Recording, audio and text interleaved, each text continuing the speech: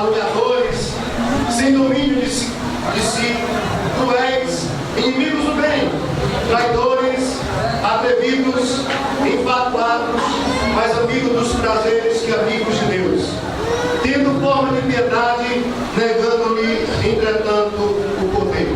Foge também desses. Senhor, nós te louvamos nessa noite pela porção da tua palavra e oramos a que o teu Espírito tenha liberdade de uma vez mais falar aos nossos corações e ministrar as nossas vidas, não aquilo que nós queremos ouvir, mas aquilo que precisamos ouvir de ti. O teu Espírito segrede ao nosso coração a tua voz e a tua palavra nessa noite. Essa é a minha oração em nome do Senhor Jesus. Meus queridos irmãos, a Igreja de Cristo sempre teve grandes desafios no decorrer da sua história. Basta nós lermos um pouco da história da Igreja que nós iremos ter essa conclusão de que em todos os tempos, que em todos os momentos da história da Igreja, ela foi de alguma forma, de alguma maneira desafiada, quer pelo poder que governava, quer pelas autoridades civis, quer por heresias e ensinos contrários, quer por uma sociedade que a todo instante ia e vai na contramão dos princípios divinos das Escrituras Sagradas. O certo é que, desde o seu nascimento, desde o seu nascedor, a Igreja é desafiada pelo inimigo que bate as portas da Igreja protestante, pelo mundo que tenta convencer e conformar a Igreja aos seus padrões e pela sociedade que não tem princípios e valores segundo as Escrituras Sagradas.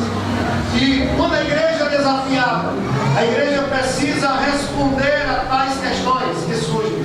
A Igreja precisa dar uma resposta à altura diante dos desafios a ela apresentados. Quando eu leio esse texto de 2 Timóteo 3, o sentimento que me vem, a impressão que eu tenho, é que o apóstolo Paulo parece que antevia o que iria acontecer.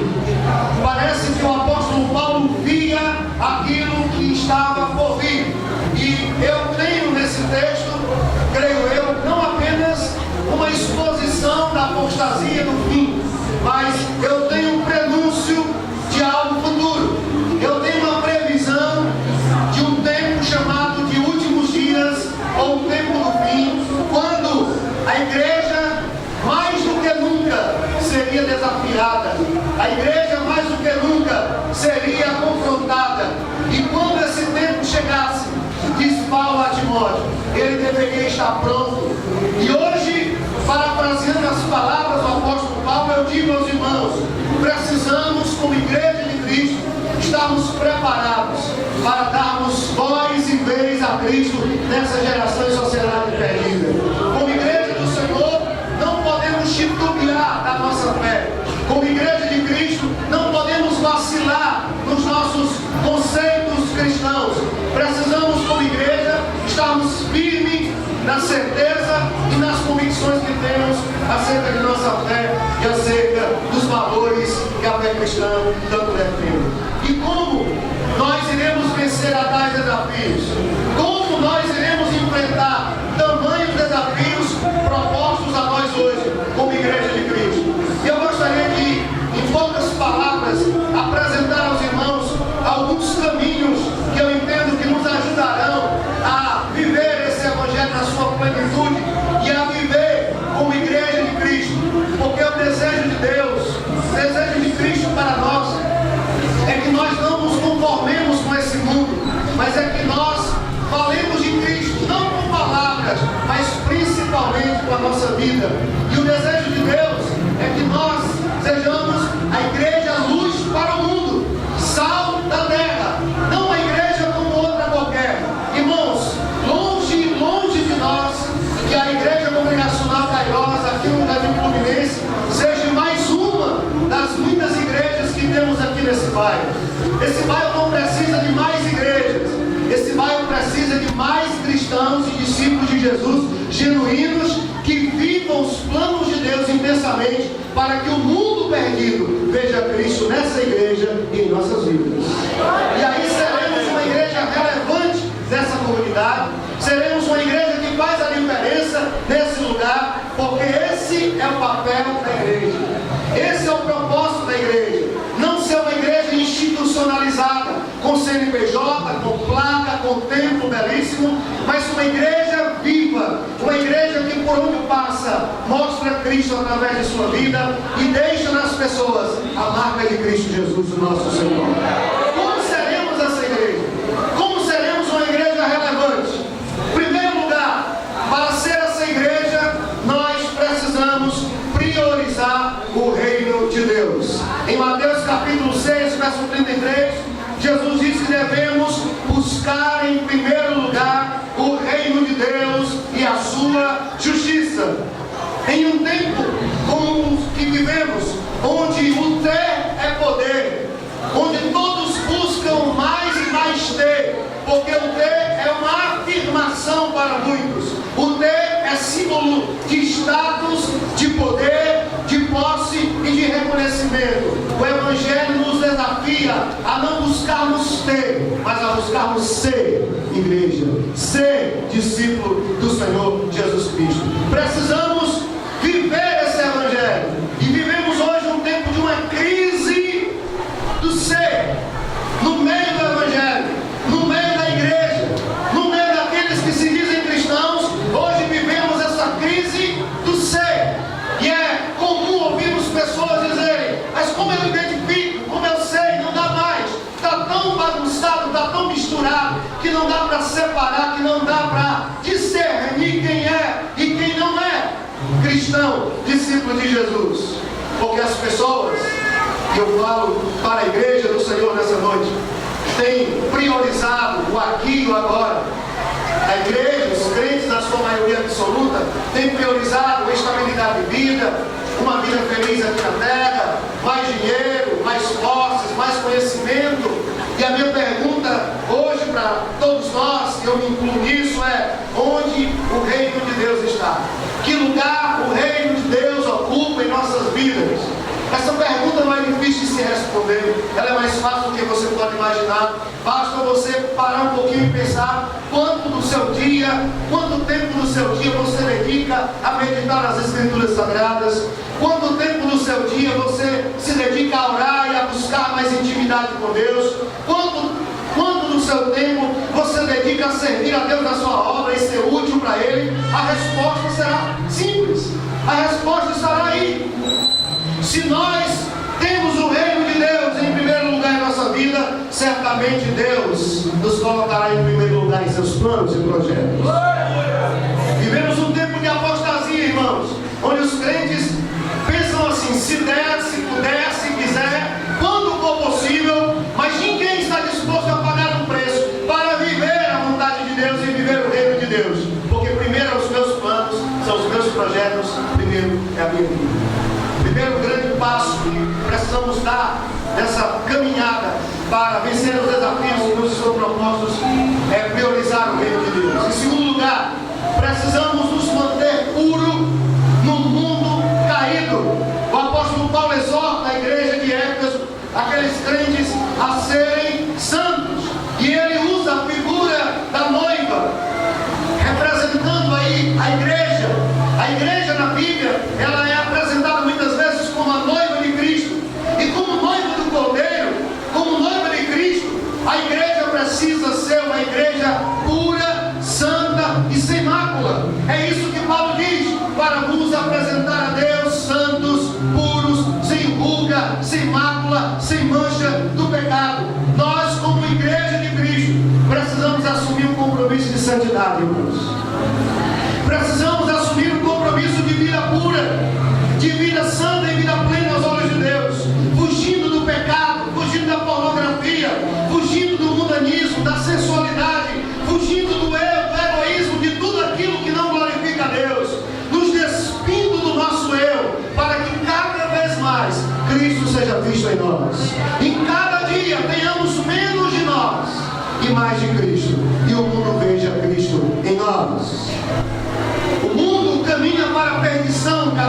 mais. Vivemos em um tempo de inversão de valores.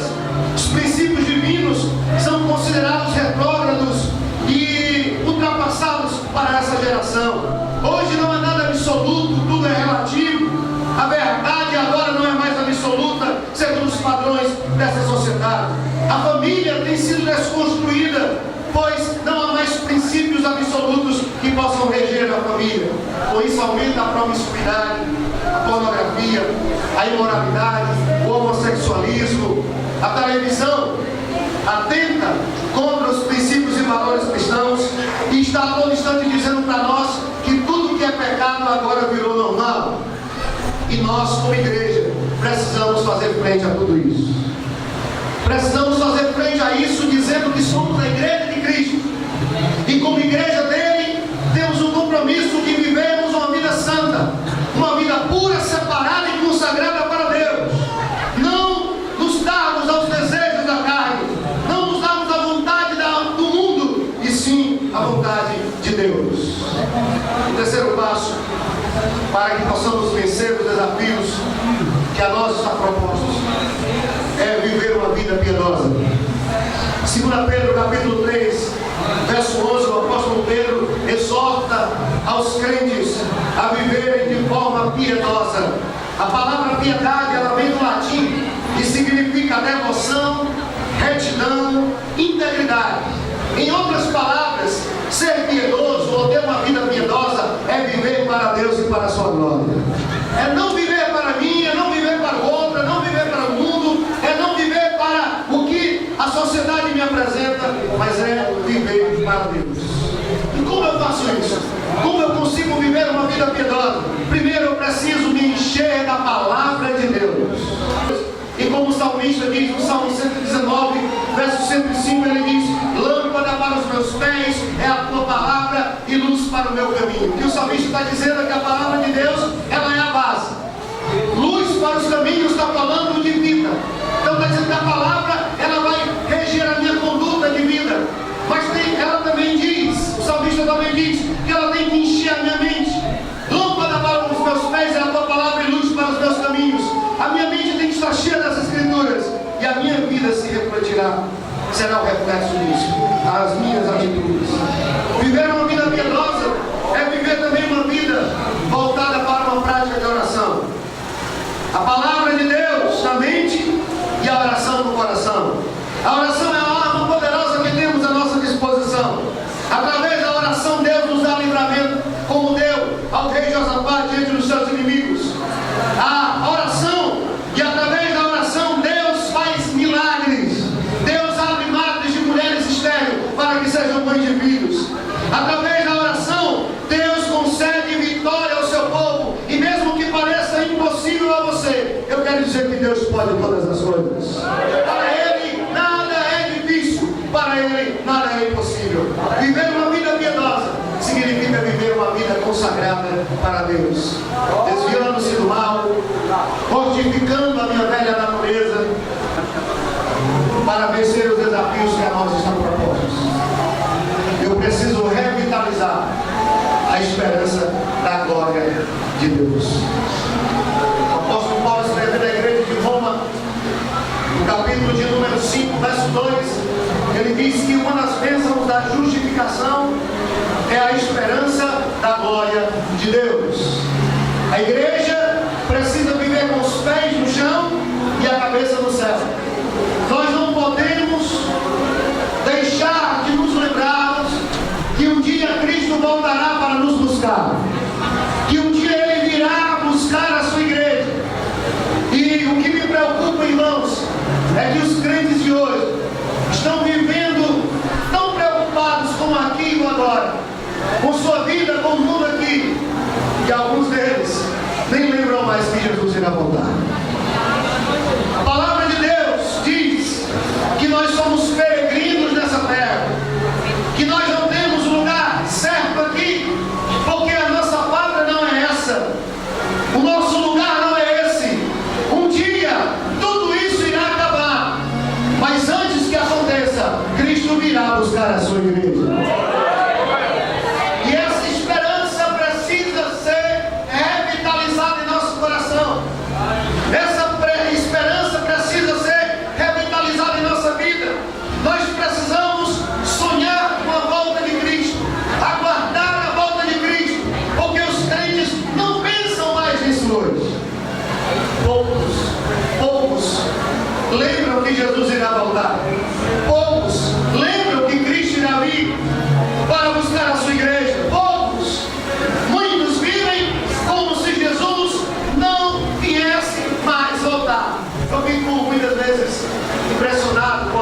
como muitos crentes se expressam, e na maioria das vezes isso é muito comum.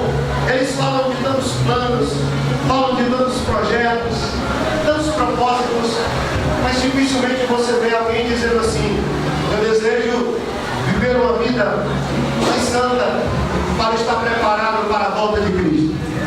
Eu desejo estar pronto para que quando Ele volte. Dificilmente você escuta alguém orando e dizendo: Senhor, a minha esperança é que Tu volte logo, é que o Senhor volte em breve. As mensagens que ouvimos hoje, irmãos, não são mensagens da volta de Cristo, do arrebatamento da igreja. Na verdade, quem mais prega sobre a volta de Cristo são as seitas, mas as igrejas evangélicas têm negligenciado essa mensagem, porque no lugar da mensagem sobre a volta de Cristo, o que ouvimos é triunfalismo, é vitória, é bênção, é conquista, é prosperidade. Precisamos nessa noite revitalizarmos a esperança da glória, porque não podemos nos acostumar com este mundo. Somos do céu, e um dia tudo isso irá passar e estaremos eternamente nos braços do Pai. Glória! E quando esse dia voltar, muitos serão pegos de surpresa, muitos serão pegos desprevenidos, despreparados, quando esse dia voltar, porque não viveram essa vida para a glória de Deus, porque não viveram para o Senhor, mas para si mesmos. Acredito que a volta de Cristo será um momento de muita surpresa, porque aqueles que nós imaginávamos que estaria lá no céu, nós não iremos achar. E aqueles que nós apostávamos que não estaria lá no céu, porque talvez não pregava, não cantava, não tocava na igreja, esses estarão lá no céu. Esses estarão lá. Por que, queridos? Porque só o Senhor conhece as motivações dos nossos corações. Só o Senhor sabe do que sentimos, do que pensamos. Só Ele. E o Senhor conhece profundamente os nossos corações. Nessa noite, eu queria encerrar as minhas palavras dizendo que precisamos nos preparar para a volta de Cristo. A igreja não pode se esquecer de que Cristo irá voltar. Como estão as suas vestes? Como noiva de Cristo? Como noiva do Cordeiro? Como estão as suas vestes? Como você está? Não adianta você ter uma Bíblia de crente, frequentar uma igreja evangélica, se a sua vida não estiver imersa em Deus. Se a sua vida não estiver imersa em Cristo, isso nada adiantará. Isso de nada valerá. Mas que nessa noite nós possamos nos render totalmente a Ele, nos entregar inteiramente a Ele, para que possamos viver para Ele. E assim, mesmo com todos os obstáculos, com todos os desafios que nos são propostos, nós cumpriremos o nosso papel de igreja. Nós cumpriremos o nosso papel como noiva do Cordeiro. E nós seremos o sal da terra, e nós seremos a luz do mundo. Você pode ficar em pé nessa noite?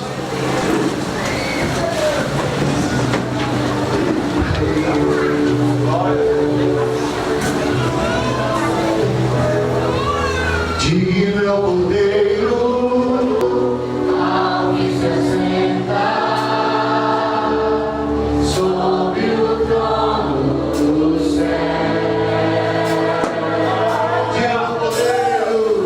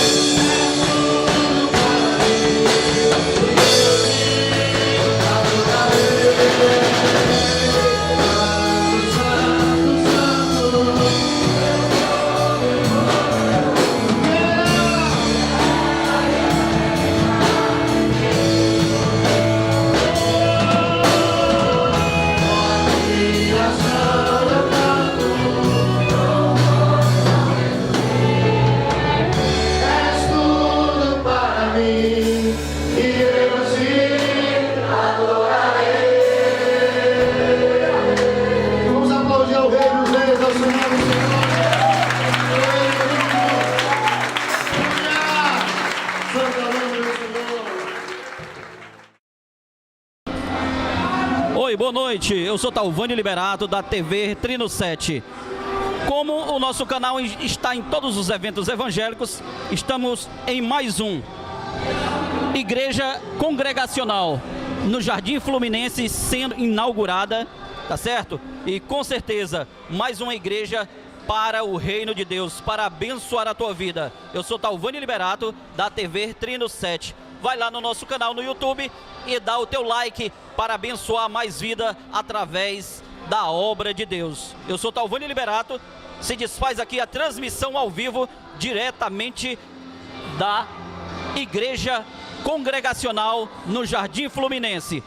Nós terminamos por aqui, mas com certeza tem mais obra de Deus vindo por aí e a TV Trino 7 está fazendo a tua cobertura. Amém? Fica na paz do Senhor.